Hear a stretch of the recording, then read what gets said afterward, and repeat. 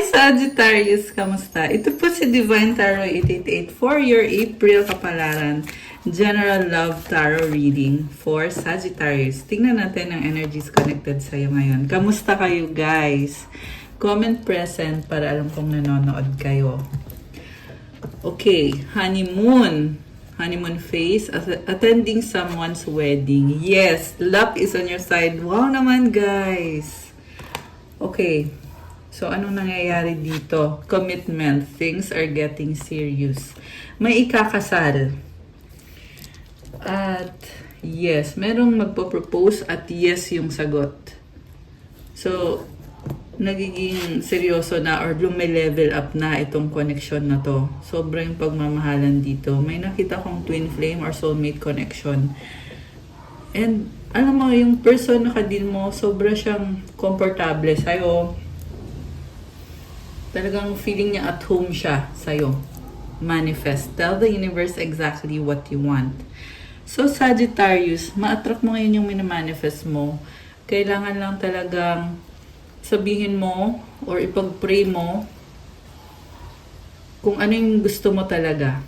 Okay? Kailangan maging specific ka para mabigay din sa'yo specifically kung ano yung minamanifest mo. You are a manifestor and ang ganda ng so far ha. Ayan, maganda yung yung cards. Cycles, fate, karma, something ending, something beginning.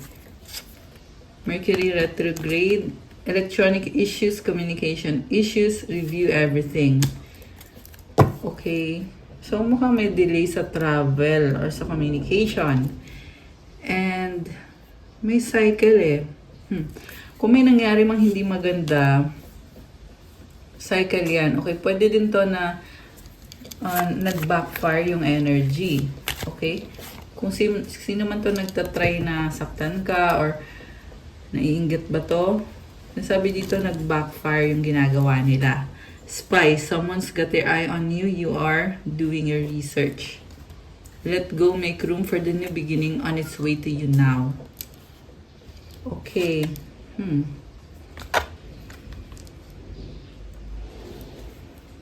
So, may kailangan kang i-let go. Kasi may bagong blessings na papasok. Pero kailangan mo munang bumitaw. Sag. Okay, tingnan natin. Ano pa ba ang mga energies connected ngayon sa'yo? May situation na hindi pa napag-uusapan at kailangan pag-usapan para ma-release mo to. Connected sa nangyari sa past. Pwede tong ex mo, past person, kasi emotional baggage eh. Iniiwasan mo to, di siya nawawala kasi iniiwasan kasi. Dapat kasi dito pag-usapan. Sinasabing unpack it. Kasi pag nailabas mo na yung emosyon mo, magiging magaan. Okay, gagaan yung pakiramdam mo, magiging malaya ka.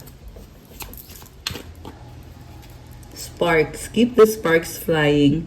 Surprise each other with gestures of love. Heartbreak. Oh my gosh. It's a part of human experience. It will pass. Okay. Dreams. Look to your dreams. They hold all the answers you seek. Okay naman. Ang ganda nito. So, connected sa mga pangarap mo, ma-enjoy mo to, matatanggap mo to. Mga blessings to para sa'yo. Pero yung nga lang, when it comes to this baggage, kailangan mo yung i-process. Okay. Nurture your relationships like blooming flowers. They'll flourish. Star, your hope and optimism are a powerful love magnet for you right now. Okay. Ang ganda ng mga energies na nakikita ko dito. May blessing, may wish granted with the star card. Ayan.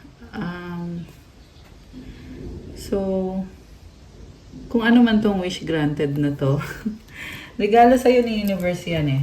Okay. So, tingnan natin. Ano ba ang mga na-attract ngayon ni Sagittarius na mga energies? Ship. May travel, exploration. 3, health, mind, okay? good health. Locket, tenderness, and joy, cherishing, joy. Fox, manipulator, treachery, deception, bouquet, joy. Okay. So, andito tong energy nitong person na niloko ka, pinaniwala ka na loyal siya sa'yo, pero manipulative kasi to eh. So, pinaasa ka. Ayan. Anchor, burden. Okay. So, maganda yung energy mo. Ito lang talaga, yung problem is itong person na to na nasaktan ka kasi hanggang ngayon, hindi pa totally nag-heal. Although, on the process of healing ka naman. Owls. So, ito pa, merong mga nag-uusap-usap. Nervous. Conversation, excitement, curious. Okay. House. Domestic residence. Okay. The moon. So, intense yung emotions mo ngayon. Oh, by the way, mag-new-moon kasi bukas. Anyway, bibigyan ka nito ng opportunity para makapagsimula ulit. Okay, so, yeah, again, this is a time for releasing and for a new beginning. The ring and the mountain.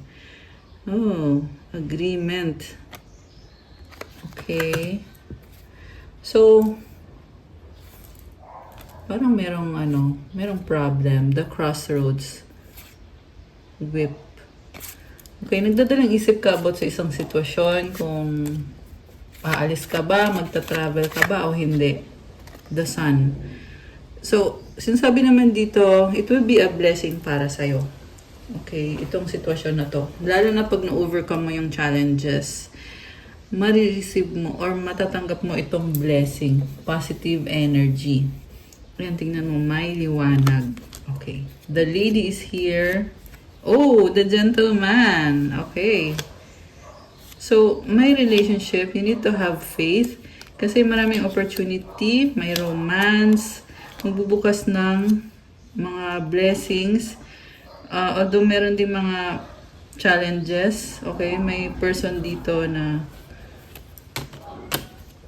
pinapahirapan kayo. Okay, it's either ikaw or family mo yung ikakasal. Pregnancy, newness, gentleman. Alam mo itong gentleman na to, napaka-pure ng intention niya at magdadala din ng bagong simula at maraming blessings ito. Okay, so yan yung mga na-attract mo sa ngayon. Tingnan natin from the tarot. Gusto kong tingnan yung love situation mo. Okay, alisin ko muna to guys. Okay. So actually, na-shuffle ko na to. Sagittarius.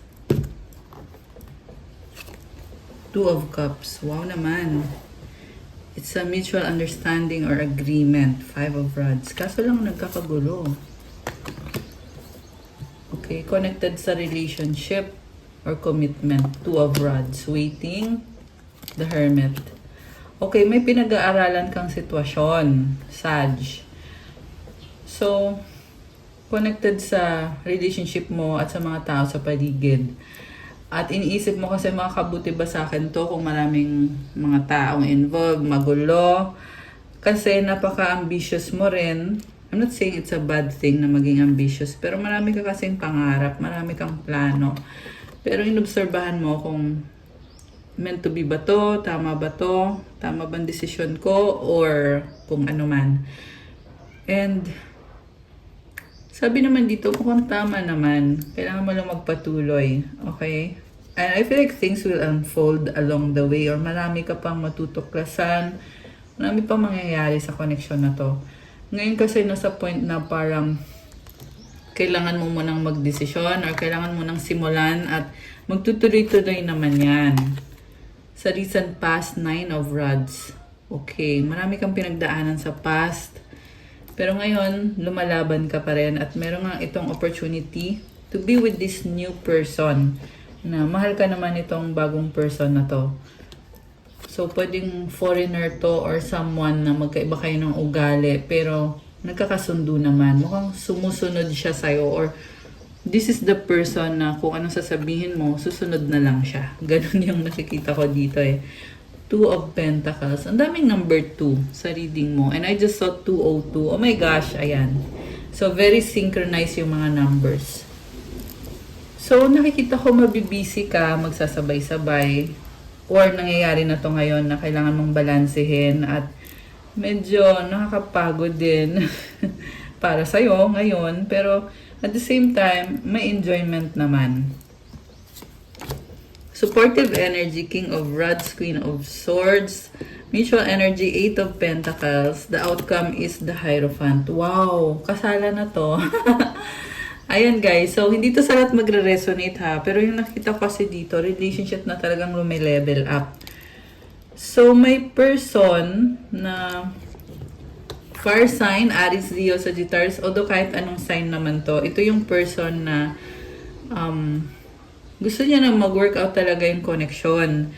Pero nag-a-adjust siya sa'yo. Sabi niya, it's up to you, ano bang gusto mo, Sag.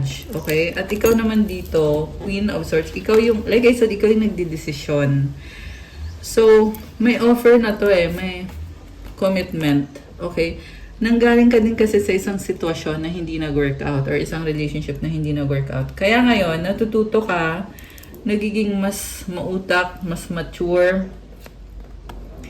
Merong someone dito na galing sa isang past relationship na hindi nag-workout, tapos ngayon bago ulit yung person mo, so parang nag-a-adjust ka ulit. Okay? Pwedeng ikaw or pwedeng yung person mo. Okay? And then, 8 of Pentacles. So, sa ngayon, focus ka muna sa mga gawain, sa trabaho. You have your tools, Sag. Mukhang busy-busy ka.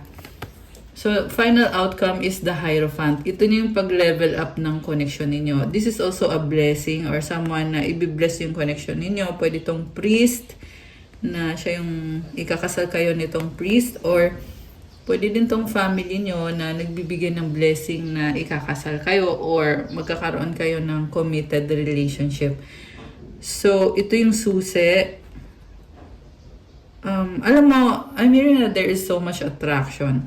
So, parang gusto nyo lang gawing official yung relationship ninyo na pag ikinasal na kayo, pwede nyo nang gawin kung anong gusto nyong gawin. So, kasama na dun syempre yung pagiging intimate.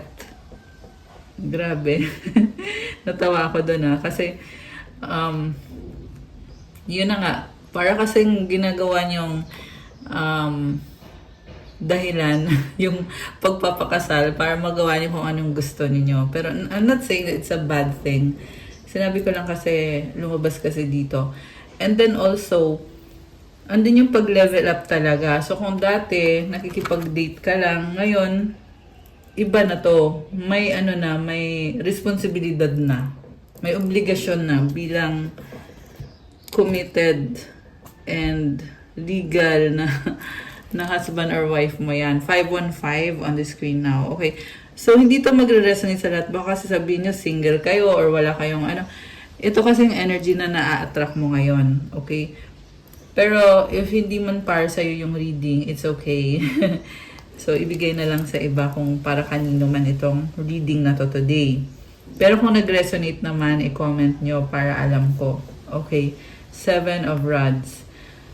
So, actually, sabi dito, parang bilis mo mapagod. Okay? Tinatry mo mag-focus pero nahihirapan ka. Okay. So, ayan, temperance. Patience. Sabi naman dito, magpatuloy ka lang kahit feeling mo na nakakapagod. Nakakapagod or ang dami mong obligasyon o responsibilidad. Pero, ang haba ng patience mo at naayos naman lahat in its own timing. Also, gumamit kayo ng crystals, guys. Let me know. You can reach out to me sa social media ko or sa Viber or sa WhatsApp. Kasi yung crystals ay tutulong sa'yo to enhance your aura. Bigyan ka ng stable na energy. Hindi ka agad-agad napapagod. Siyempre, may mga rituals at specific mantras and prayers para sa'yo. Okay? So, Sag, ang message talaga sa'yo dito is be patient kasi nalalampasan mo kahit na feeling mo nakakapagod, parang parang hindi mo kaya, ganun yung pakiramdam eh. Pero, dahil sa sipag at tiyaga mo, temperance, patience, perseverance, at patuloy ka lang, talagang ma-achieve mo yung blessings. Ten of Pentacles is here. It's all about money. May pera. So, ayan guys, i-claim nyo to. Papasok itong blessing na to. Judgment. And the Queen of Pentacles. Dahil yan sa sipag at tiyaga mo. Grabe. Seven of Pentacles. Mayroon dito naghihintay ng blessing. Justice. Nine of Pentacles. Eight of Rods. You are strong. Okay, may mga doubt ka eh. Ayan, very doubtful. Six of Rods, Queen of Cups. Alam mo, Saj, yung mga doubt na yan, it's a limiting belief. Kailangan alisin mo yan sa sistema mo. Okay? Ito yung dapat mong pinagtutuunan ng pansin. Itong justice na energy. Ibig sabihin, you are strong, you are balanced. Alam mo kung anong tama at mali. Okay, binabalanse mo. So, yeah, yan nga, medyo napipressure. Yan yung nakakita ko dito. It's like something is weighing you down. Nabibigatan ka. Okay? Pero, like I said, strong ka. And it's like an attack. A spiritual attack na sinasabi sa'yo na hindi mo kaya. Pero ang totoo, kaya mo. Kaya mo talaga. Nine of Pentacles. Mag-focus ka. Mag-isa ka dito. Oh. Lumalago yung mga blessings mo. Knight of Swords. Six of Cups, Three of Pentacles, Four of Rods, Eight of Cups. Pagod ka na eh. Pero sabi kasi dito, magpatuloy ka lang, you have all the tools. Ayan, the Sun is here. This is about leadership. So, it's like merong energy na kailangan mong alisin yan. Okay? Magsuot kayo ng crystal bracelets na programmed. So, kailangan mong magpatuloy with the Sun card. This is leadership, card of new beginning and positivity. Ayan, kita mo may mga apoy, di ba? Grabe. So, laban lang, Saj. Kayang-kaya mo. Strong na strong ka. So, isipin nyo yung wish nyo, guys. Kukuha tayo ng sagot sa wish. Tingnan natin. Para kay Saj.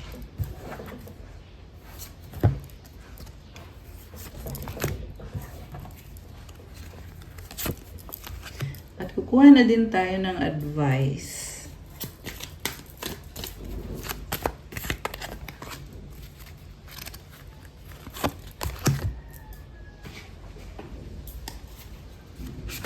Okay. At mensahe from the universe. Okay. Ready na ba kayo? Nabuksan natin ang sagot sa wish nyo. Comment ready now at bubuksan na natin to.